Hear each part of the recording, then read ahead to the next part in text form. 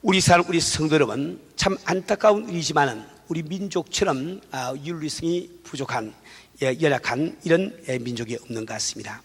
윤리란 무엇입니까? 쉽게 말하면 타인에 관한 나의 행동 규범이라고 이야기할 수가 있어요. 우리 사는 우리 성도 여러분, 우리는 너나 할 것 없이 나만 편하다면 다른 사람에게 폐가 되든 어쩌든 상관치 아니하고 우리가 행동하는 것을 많이 보게 됩니다.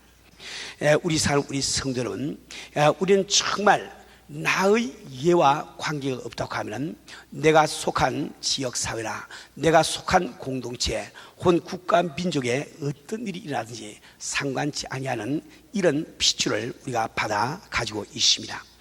오늘 우리가 이 주제가 그것이 아니고 또 시간이 없기 때문에 왜 우리 민족은 그런 핏줄을 타고난지 그 원인까지는 말씀 못 드립니다만은 우리 현실적으로 이 사실을 우리가 인정을 하지 않으면 안 됩니다. 우리 사는 우리 성도 여러분, 내 개인의 나 개인의 이해와 관계가 없기 때문에 국가가 어떻게 되든 민족이 어떻게 되든 나의 지역 사회가 어떻게 되든 관심을 두지 않는 것은 참으로 근시안적인 잘못된 생각이에요. 내가 속해 있는 단체가 잘 못될 때 내가 잘 될 수가 없습니다. 내가 속해 있는 내 민족, 내 국가가 잘 못될 때 내가 잘 될 수가 없다 이 말입니다. 우리는 정말 일제시대 우리 국력이 열악할 때 우리 국민 한 사람 한 사람이 그로 말미암아 얼마나 많은 도탄과 참 신을 겪은지 우리는 잘 알고 있습니다. 우리는 8.15 직후 혹은 6.25 사변 직후에 우리나라의 참 이 국민 생산성이 낮을 때 우리 한 사람 한 사람이 얼마나 가난에 시달린지 잘 알고 있단 말이에요. 우리 사는 우리 성도 여러분, 우리는 정말 우리 한 사람 한 사람이 참 이 윤리성, 윤리에 대한 생각을 다시 한번 하지 않으면 안 됩니다. 물론 우리나라 사람들이 참 윤리성은 약하지만은 하나님의 축복과 은혜를 갈망하는 그것이 참 하나님 앞에 윤리성은 강하지만은 은혜를 사모하지 아니하고 축복을 기대하지 아니하는 그런 민족보다는 하나님 보시기에는 훨씬 더 나은 거예요. 그래서 우리 한국교회를 이만큼 축복을 해주시고 우리 한국교회를 갖다가 세계선교를 위해서 쓰고 계신 것이 사실입니다. 그러나 우리는 주님의 뜻을 잘 알고 우리는 그분의 축복과 은혜를 갈망할 뿐만 아니라 그분의 뜻을 따라서 윤리성을 회복하지 않으면 안 됩니다. 우리 사는 우리 성도 여러분, 언제나 우리 하나님께서는 우리의 외형적인 어떤 행동을 보는 것이 아니라 왜 그 행동을 하고 있느냐, 그 동기에 관심을 가진 하나님을 우리는 참 잘 알고 있습니다. 그래서 오늘 우리는 우리의 전도의 동기가 무엇이어야 되는지 잠시 말씀을 드리길 원합니다. 오늘 본문 말씀은 바울이 로마에 오게 갇힌 지 약 2년 후에 쓴 옥중 선 중에 한 가지입니다. 여러분이 잘 아시다시피 사도 바울이 로마에 오게 갇힌 다음에 쓴 서신이 4가지가 있어요. 그래서 그것을 에베소서, 골로새서, 빌레몬서, 빌립보서 이 4가지가 있는데 마치 우리가 사복음서에서 마태복음, 마가복음, 누가복음을 공간복음이라고 분류를 하고 요한복음을 따로 이야기하는 것처럼 이 옥중 서신 가운데서도 에베소나 골로새서, 빌레몬서 이 3가지를 한 묶음으로 묶고 빌립보서를 다른 또 한 묶음으로 묶어서 성경을 해석을 하게 됩니다. 그건 왜 그런 거니까 이 에베소서와 골로새서와 또 그다음에 빌레몬서는 이 옥중서관한 그 초기에 동시에 쓰여진 이런 그리고 빌립보서는 이제 그 사도 바울이 오게 갇힌 지 약 2년이 지난 다음에 후기에 쓰신 이런 편지이기 때문에 우리가 그렇게 구분을 하고 있는 거예요. 그런데 이 에베소와 골로새서는 모두 교리적인 것을 다루고 있다고 하면은 빌립보서는 우리 성도의 생활의 실제적인 면을 다루고 있습니다.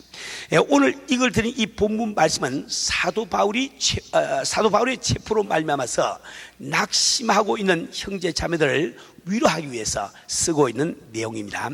이 사도 바울은 자기가 체포가 되어 있지만 자기가 체포되고 있는 이 사실이 복음의 진보에 도움이 되고 있는 사실을 강변을 하고 있습니다.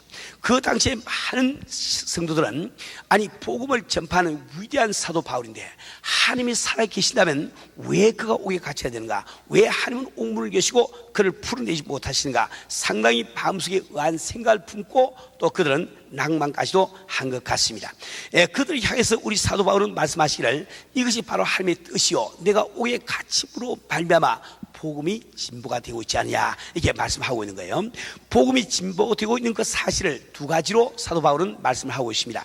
첫 번째로 그는 옥에 갇혀 있기 때문에 시위대와 그 다음에 그 궁정에 있는 많은 고급 관리들에게 복음을 전파할 수 있는 기회를 얻었다고 말씀을 하고 있습니다. 그 당시 시위대라고 하는 것은 지금 현지로 말하면 수도 경비사령부와 같은 곳인데, 그 당시에 이 로마 전 군대에서 가장 막강한 부대가 바로 그 시위대라고 말할 수가 있고, 그 당시 이 시위대는 약 19,000명의 군인들이 있은 것으로 역사학자들은 말씀을 하고 있습니다. 이 사도 바울이 옥에 갇힘으로 말미암아 그와 접촉하는 시위대 대원들이 복음을 듣고 많은 사람들이 예수 믿고, 그로 말미암아 예수 믿는 사람이 다시 전도함으로 말미암아 그 시대 가운데 많은 사람들이 그 당시에 예수를 믿었습니다. 그뿐만 아니라 도무지 참 사도 바울이 들어갈 수 없는 그 로마 황제의 그 궁성에서도 많은 신하들이, 고위 관리들이 참 이 사도 바울과 접함으로 말미암아 복음이 전파된 사실을 이야기를 하고 있습니다.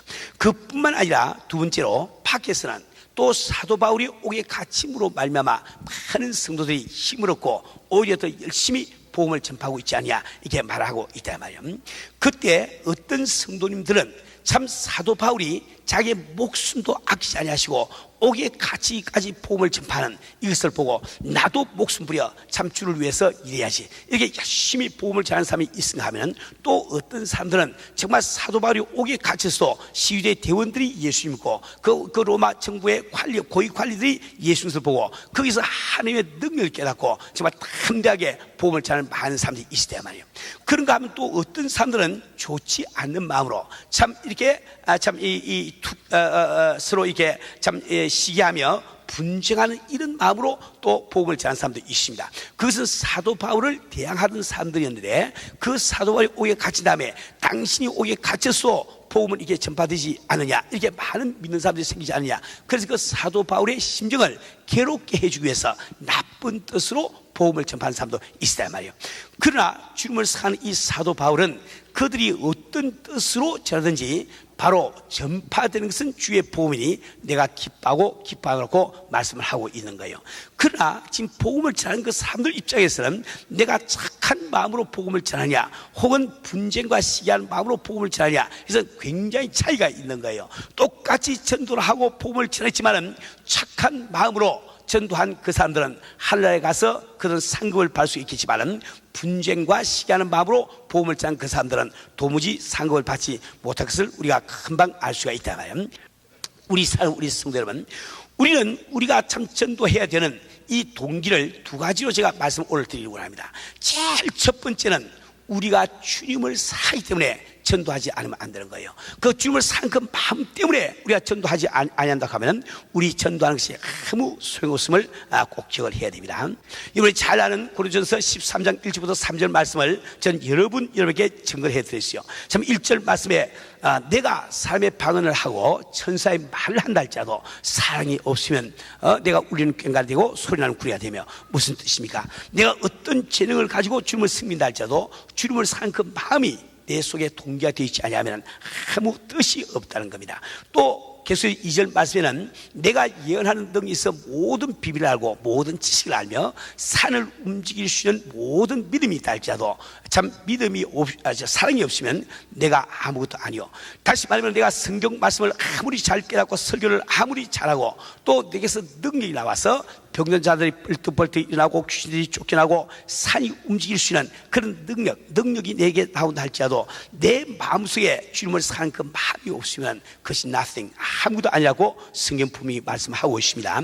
또 내게 있는 모든 것으로 남을 구제하고 내 몸을 불쌍히 내준다 할지라도 사랑이 없으면 내게 아무 유익이 없느니라. 내가 이 생을 살아가면서 어떤 자선행위를 하고 어떤 생을 한다 할지라도 아무리 이웃을 위해서 희생한다 할지라도 내가 주님을 사는 그 사랑 때문에 하는 일이 아니라고 하면 아무 소용이 없음을, 즉 하늘날 상급 받을 때 내게 아무 유익이 없음을 이 성경 분명히 말씀하고 있단 말이에요. 우리 사는 우리 성도 여러분, 우리는 왜 전도를 해야 될까요? 바로 내 주님을 사랑하기 때문에, 그분을 사랑하기 때문에 전도하지 않으면 안 됩니다. 내가 진정으로 주님을 사랑할 때 우리는 주님의 마음속에 있는 가장 안타까운 마음을 내가 자동적으로 알게 된다고 말씀을 드렸습니다.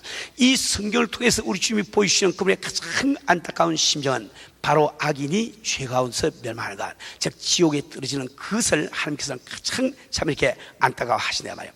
우리 주님은 정말 멸망할 수밖에 없는 예루살렘 성민을 향해서 눈물을 흘리신 사실을 꼭 기억을 하기를 바랍니다. 그러나 그분께서는 정말 멸망하는 그 영혼들 때문에 눈물을 흘리기까지 안타까워하시면서도 참 먼저 믿는 자녀된 우리들을 사는 나머지 우리들에게 그 귀중한 참 영혼을 구하는 생명을 주시기 위해서, 상급을 주시기 위해서 그분의 손발이 묶이는 사실을 말씀을 드렸습니다. 우리 사는 우리 성도 여러분, 우리는 앞으로 전도할 때 이 주님을 뜨겁게 내가 살아가기 때문에, 그 주님을 살아가기 때문에 전도하는 여러분 되시는 주님으로 축원합니다. 우리가 마음을 다하고 목숨을 다하고 뜻을 다해서 우리 주님을 사랑한다고 하는 것은 왜 가장 크고 첫째된 계명이라고 우리 주님이 친히 말씀을 해 주고 있습니다. 우리는 정말 주님을 사랑할 때 적어도 세 가지를 해야 됩니다. 제일 첫째로 내가 주님을 사랑한다고 하면은 그분과의 교제를 삼하지 않으면 안 된다 말이에요. 내가 주님을 사랑하고 고백을 하면서 예배를 등한시하면 그건 거짓말하는 사람입니다. 당신이 기도를 등한시하면 그건 거짓말하는 사람이에요. 왜 내가 주님을 사랑한다고 하면서 그분 앞에 예배 드리는 것을 등한시하며 그분과 기도하는 것을 소홀히 하겠냐 말이에요. 우리가 정말 주님을 사랑한다고 할 때 두 번째로 반드시 그분의 사역에 열정을 품게 되어 있는 겁니다. 내가 그를 사랑한다고 하면서 그분이 하시고자 하는 일에 관심을 안 가진다고 하면 내 사역은 헛된 것이 되고 맙니다. 거짓말이 되고 만다 말이에요. 그런데 우리 주님이 가장 원하시는 것이 뭡니까? 그것은 바로 잃어버린 영혼들을 구하는 거다 말이에요. 그래서 내가 내 주님을 사랑할 때 나도 그 영혼 구원 사업에 전념을 하지 않을 수가 없다 말이에요. 세 번째로 내가 주님을 사랑한다고 할 때 반드시 사는 그분의 말씀에 순종하고자 하는 그 마음이 생기는 거예요. 주님을 사랑한다고 하면서 주님의 말씀대로 살지 못한다고 하면 우리는 거짓말하는 자가 되고 마는 겁니다. 우리 사는 우리 성도 여러분, 우리는 정말 주님을 사랑하기 때문에 그분이 그토록 원하시는 이 영혼 구원 사업을 힘쓰지 않으면 안 됩니다. 우리는 아마 한 7, 8년 전에 마마쾅이라고 하는 우리 중국분 목사님, 여자 목사님 오셔서 우리 교회에서 집회한 것을 우리가 기억을 다 하고 있을 거예요. 그때 우리 마마쾅 목사님은 이런 간증을 하였습니다. 참 중국에서 문화혁명이 일어나서 교회들이 문을 닫기 시작할 때 그는 정말 주님을 사는 마음으로 천안문 광장에서 복음을 전파하다가 붙들렸습니다. 붙들려 들어가서 공항국에 붙들려 가서 취조를 받는데 그 취관이 나와가지고 너 죄를 갖다 자백하라 하고 막 취조를 한다 말이요. 그때 그는 이야기하기를 내 죄는 이 성경 말씀에 다 기록이 되어 있습니다. 아니 그게 무슨 뜻이냐? 내 죄는 아주 특수한 죄가 돼서 이 성경 말씀에 다 기록이 되어 있으니까 이것을 모르면 내 죄를 이해를 못합니다. 그 죄를 이야기를 해보라. 그래서 그는 창세기부터 아주 말라기까지 쫙 그냥 꿰뚫으면서 하나님의 뜻을 이야기를 하고 그 뜻의 뜻대로 살지 못한 것이 바로 나의 죄입니다 하고 고백을 했습니다. 그런 다음에 또 마태복음부터 계시록까지 전부 다 또 이야기를 하고 이 뜻대로 살지 못한 것이 나의 죄입니다. 그게 조수를 꾸미는 사람이 여하튼 조수를 꾸며야 되겠어요. 그걸 다 받아쳐야 될 것 아닙니까? 그게 받아쳤고 보니까 그것이 바로 복음이라 말이에요. 그래서 그것을 참 조사하던 그 조사관이 거기서 회개하고 예수 믿게 된 역사가 일어난 거예요. 그래서 도무지 안 돼서 이 공안 당국의 아주 최고 책임자가 와서 직접 이제 취조를 하는 거예요. 그 취조할 때 너는 왜 예수 믿지 말고 예수 믿느냐 하고 물으니까 그 마감 목사님 하시는 말씀이 나는 암에 걸려서 도무지 세상하고는 고칠 수가 없는데 내가 예수를 믿었더니 예수님이 나를 고쳤으니 내가 어떻게 그분을 따르지 않고 그걸 믿지 않겠느냐 이렇게 이야기했을 때 그 공항국 그 총책임자의 그 부인이 그 당시에 이제 암에 걸려가지고 죽게 되시다 말이요. 그러니까 귀가 좀 번쩍 뜨릴 것 아닙니까? 아니 진짜 예수님은 병 고쳐줍니까? 내가 지금 증거 아니냐고 말이야. 당신 이제 병원에 가서 내 한번 저 환자 기록 카드를 한번 보라고 말이야. 그분이 직접 병원에 가서 환자 기록 카드를 보니까 분명히 그는 말기 암 환자였는데 의사의 치료를 받지 않고 남을 받았단 말이에요. 그는 깜짝 놀라가지고 집에 가서 부인에게 그 이야기를 했습니다. 그 부인이 어떻든지 그분을 좀 모시고 와서 기도 좀 해달라고 말이야. 그 공항국 그 책임자가 자기 직분을 요해가지고 이 마마캉 목사를 갖다가 살짝 부르다가 자기 집에 들어가서 그만 기도를 했는데 병이 덜컥 나버렸단 말이요. 그러니까 부인도 회개하고 그 공항국 총책임자도 회개했다는 그런 말을 그때 들은 적이 있습니다. 여하튼 그런 분들은 또 거기서 풀려나가면 또 복음을 찾아 또 잡혀가고 또 잡혀가고, 그래서 총 20년을 참 징역 사회를 하다가 그는 드디어 추방이 돼가지고 미국 땅에 와서 저희 교회에서 이렇게 집회를 한 적이 있습니다. 왜 한 여자가 참 자기의 생명을 아끼지 아니하고 그토록 복음을 전할 수가 있습니까? 그래서 오직 주님 그분을 사는 그 마음 때문에 우리가 그렇게 할 수 있단 말이에요. 우리 성도 여러분, 우리는 참 이게 복음을 전할 때, 전도자가 되기를 원할 때 우리는 주님을 사는 그 마음이 우리 마음속에 첫 번째 동기가 되지 않으면 안 됩니다. 이제 두 번째는 무엇이 우리의 동기가 되어야 될까요? 그것은 바로 내가 전도하고자 하는 그 전도 대상자, 그분을 사는 그 사랑이 동기가 되지 않으면 안 됩니다. 우리 성도들은 왜 우리는 정말 참 이게 전도 대상자를 사랑하지 않으면 안 될까요? 우리가 전도 대상자를 사는 그 마음이 없이는 복음이 전파가 되지 않습니다. 여러분들께서 정말 주님을 사랑하신다고 하면은 그분께서 가장 귀하게 여기시는 그 영혼을 당신도 귀하게 여기고 사랑을 하게 된다 말이에요. 우리 성도 여러분, 우리는 성경을 보면서 우리 주님께서 우리 한 사람 한 사람을 악이나 선이나 얼마나 사랑하시는지 그분의 심정을 우리가 깨닫지 않으면 안 됩니다. 우리 성도들은 왜 우리 주님께서는 우리들에게 말씀하시기를 새 계명을 너희에게 주노니 서로 사랑하라, 내가 너희를 사랑같이 너희도 서로 사랑하고 말씀하십니까? 그뿐만 아니라 마태복음 5장 43절 44절 마저 보면 또 내 이웃을 사랑하고 내 원수를 미워하라 하였다는 것을 너희가 들었거니와 나는 너희에게 이르노니 너희 원수를 사랑하며 너희를 핍박하는 자를 위하여 기도하라. 우리 주님께서는 우리에게 원수가 되고 우리 핍박하는 그 한 영혼도 사랑하기 때문에 그분이 용서받기를 원하신단 말이에요. 이 한 생명을 사랑하시는 우리 주님의 심정을 깨닫지 않으면 안 됩니다. 왜 우리 주님께서는 마태복음 18장 21절 22절에서 어떤 사람이 내게 70번씩 7번을 잘못을 용서해 주라고 말씀을 하고 있습니까? 우리에게 70번씩 7번을 잘못을 치는 그 사람도 우리 주님이 사랑하시기 때문에 그가 용서받기를 원하고 계시단 말이에요. 우리 성도 여러분, 왜 우리 예수님께서는 참 누구든지 나를 믿는 이 소자 중 하나를 실족해 하면 차라리 연자 맷돌을 그 목에 달리우고 참 깊은 바다에 빠뜨리는 것이 나라고 말씀하냐 말이에요. 바로 그 소자 하나를 주님께서 귀하게 여기시기 때문에 그를 실족시키는 자는 연자 맷돌을 목에다 달고 깊은 바다에 던지는 것이 더 낫다고 말씀하고 있습니다. 우리 성도 여러분, 왜 우리 주님께서 이 땅에 오셔서 참 죄인 바리새인들과 창기를 가까이 하시면서도 그 당시에 바리새인이나 종교 지도자들을 이렇게 받아들이지 아니하고 그들을 책망하였습니까? 그들은 바로 주님께서 그토록 사시는 영혼을 구원받지 못하도록 가로막고 있는 사람이기 때문에, 즉 자기도 천국에 들어가지 아니하고 남도 들어가지 못하게 가로막고 있기 때문에 그들을 갖다가 질질을 하신단 말이에요. 그토록 우리 하나님께서는 한 영혼을 사랑을 하고 계시는 거예요. 그래서 우리도 정말 전도할 때 그 전도 대상자를 사랑하기 때문에 전도하는 이 마음을 품지 않으면 안 된단 말이에요. 왜냐하면 우리가 그 전도 대상자를 정말 사랑할 때 우리 전도에 유익한 몇 가지 현상이 일어나게 됩니다. 우선 첫 번째로, 여러분들은 전도하고자 하는 그 영혼을 사랑할 때 그들의 입장에서부터 시작해서 우리가 전도하는 법을 알게 되는 거예요. 우리가 전도할 때 실패하는 이유가 있습니다. 그것은 우리 모든 사람들은 죄인들이기 때문에 자기 중심적인 사고방식을 갖고 있습니다. 자기 중심적인 사고방식을 갖고 있기 때문에 우리는 대화를 할 때 우리가 마음에 자세가 있단 말이에요. 마치 자동차에 전진기아를 넣으면 전진하는 것이고 후진기아를 넣으면 후진을 넣는 것처럼 우리 마음속에 기아가 들어가 있는데 그 기아가 무엇인가 하니까 우리 보통 사람들은 I win, you lose. 무슨 말하는지 나는 이겨야 되고 너는 져야 된다. 이게 꽉 들어있는 거예요. 우리 마음속에 있는 거예요. 그래서 우리 모든 대화를 할 때 항상 나는 그 대화에서 이겨야 되고 너는 져야 되니까 우리 항상 논쟁을 벌이기를 좋아한다 말이지. 그래서 우리가 대화를 통해서 가까워지기보다는 말을 하다 보니까 사이가 나빠진 경우가 많은 이유가 바로 거기 있는 거예요. 우리가 장사를 잘 못하는 이유도 거기 있습니다. 큰 사고가 못 되는 이유가 바로 거기 있어. 우리 장사를 하더라도 나는 이익 보고 너는 손해봐야 돼. 이게 항상 우리 마음속에 자리를 잡고 있는 거예요. 그래서 제가 매번 말씀드렸다시피 큰 사업가가 되려고 하면 당신이 큰 사업을 못하는 거예요. 반드시 주변에 있는 사람들이 당신을 성공을 시켜주셔야 되는데, 내가 어떤 거래를 하면서 나는 이걸 보고 당신을 손해봐야 됩니다. 이런 사이칼라지를 가지고 우리가 그래야 하게 되면 내가 그 당장에 조금은 이익은 받지 몰라도 그 삶이 나를 떠나버린단 말이에요. 그러니까 주변에서 나를 성공시킬 사람이 없으니까 큰 사고가 될 수가 없는 거예요.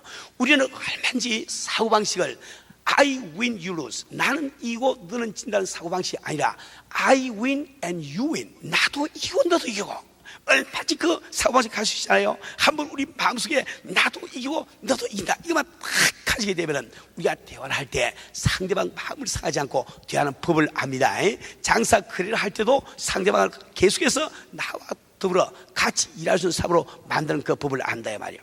자, 두 번째로 우리가 정말 그 영혼을 사랑할 때는 내가 전도 한 번 두 번 해서 안 될 때 절대로 포기를 하지 않고 끝까지 물고 늘어지는 거예요.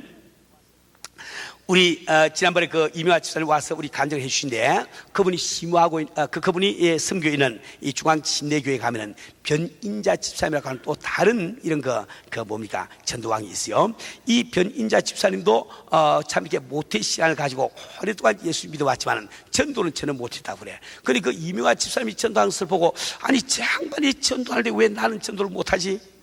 저 양반이 예수 믿으면 나도 예수 믿고 저분이 성령 받으면 나도 성령 받았고 저분 속에 예수 있으면 내 속에도 예수가 계시고 저분이 성령의 권능을 얻으면 나도 성령의 권능을 받을 것이고 그럼 저분이 전도할 때 왜 나는 못하겠냐. 그래서 전도를 시작해서 그분도 전도왕이 되신 분이 계십니다. 왜 우리가 한 영혼을 위해서 그렇게 관세를 받아가면서 끝까지 포기하지 아니하고 전도할 수 있습니까? 그것은 바로 그 영혼을 사는 그 사랑 때문에 할 수 있는 거란 말이에요. 우리 사는 우리 성도 여러분, 우리는 정말 전도하려고 할 때 반드시 전도 대상에서 사는 그 마음을 품지 않으면 안 되는 거예요. 이제 세 번째로 우리가 정말 전도 대상에서 사랑할 때 내가 어떤 값을 치르어도 아깝지가 않은 거예요. 원래 사랑이라고 하는 것은 계산을 초월합니다. 사랑은 이치를 초월하는 거예요. 그래서 내가 정말 그를 사랑할 때 그 한 영혼을 구원하기 위해서 내가 물질 드린 것이 아깝지 않냐고 생명 드린 것이 아깝지 않다 말이에요. 일본에 이런 예가 있습니다. 일본에 오시던 아마 미국 선교사님 한 분이 참 배를 타고 가다가 그 배가 파손이 된 거예요. 됐는데 그 선교사님은 다행히 이렇게 그 뭐라 그러지? 이렇게 구명대라고 그러나요? 구명대를 갖다 하나 얻어가지고 이제 그걸 했는데 그 구명대를 얻지 못한 할머니가 옆에서 물에 빠지려고 하니까 그때 그 선교사님이 하신 말씀이 있습니다. 그 구명대를 하나님께 건너주시면서 우리 예수님이 돌아가심으로 내게 생명을 주신 것처럼 나도 당신에게 이 구명대를 드리기를 원합니다. 나는 죽는다 할지라도 당신이 이 구명대로 말미암아 살게 되면 꼭 예수를 믿으세요. 그리고 그 선교사님은 그곳에서 익사를 해서 돌아가시고 그 할머니는 살아나온 거예요. 그 살아나온 할머니가 어떻게 예수를 안 믿을 수가 있겠냐 말이에요. 우리 사는 우리 성도 여러분, 우리가 정말 전도 대상자를 사랑할 때 우리는 어떤 희생을 치루서라도 참 이렇게 그걸 할 수 있는 겁니다. 오늘 제가 이렇게 목이 너무 쉬어가지고 이렇게 말을 제대로 지금 하지 못해서 너무 죄송합니다.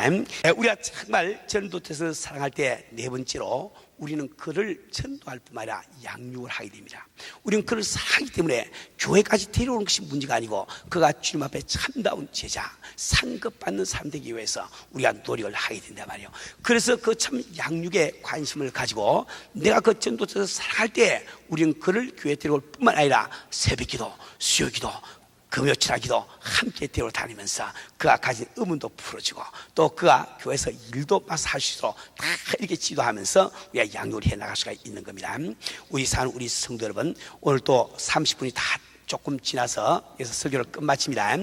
여하튼 30분에 제가 설교를 끝내려고 지금 해를만 쓰고 있는데 오늘 꼭 기억할 것은 우리는 앞으로 다 전도자가 되어야 되는데 전도하는 동기는 두 가지. 첫째 한 가지는 오직 주님을 사시기 때문에 전도하시고 두 번째로는 전도 대상자를 사랑을 하세요. 그 사랑 때문에 전도할 때 우리는 성공적인 전도자가 될 수가 있는 겁니다.